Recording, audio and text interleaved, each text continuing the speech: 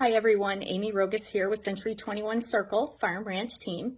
Today I wanted to talk to you about the bottom line or the sales price, whether you're a buyer or a seller, and how I hope that people can maybe step back and take a look at that number more from a business standpoint than a personal standpoint. Obviously, when we're selling property, and particularly, farmettes or whatnot that are going to be excuse me on that one. Your personal residence, emotions can obviously come into play.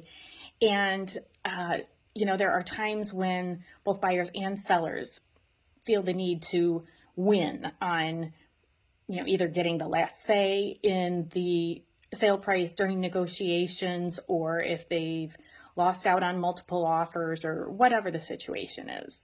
But I guess, what I'd like for people to consider is two different things.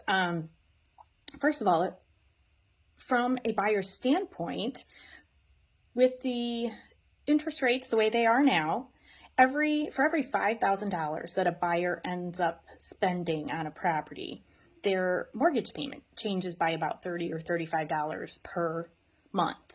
So, $30 or $35 a month isn't a huge deal. I would think that generally a buyer could maybe take a look at his or her lifestyle and decide, hey, if I'm right on the edge of a maximum that I can afford, maybe I just won't go out for lunch or dinner one day a month that I normally have in the past, and I can make that money up.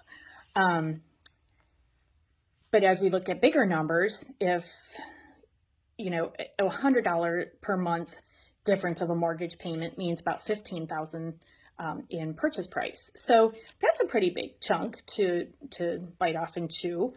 So therefore, if you're a seller and you have a property that you're negotiating with, and maybe you're getting to your lowest and best and the buyer's getting to their highest and best, but you're not quite meeting in the middle, try to take a look at it from their standpoint with regards to their monthly payment, but also take a look at what your bottom line will be in terms of walk away after all expenses, and then try to look maybe a year out at what you think your life would look like if you go ahead and sell. Maybe, if you sell at a lower price than you really wanted, what's your life going to look like in a year?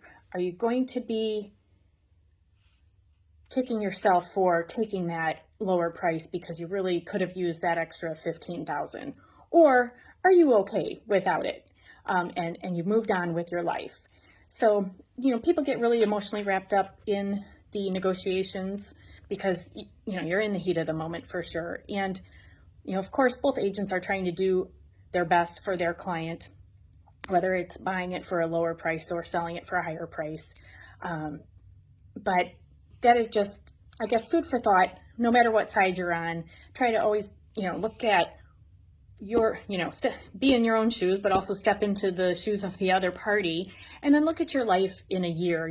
Maybe if you're a buyer and, you may have to pay a little extra, but you're expecting a raise, in the next 6 months. So you just got to scrape it together that extra money up for 6 months. Who knows? Everybody's situation is different. We completely understand that. Life happens. So I just wanted to give you that food for thought moving forward. And I hope you guys have a good weekend. Thank you so much for listening. It's Friday. Have a good one. Bye-bye.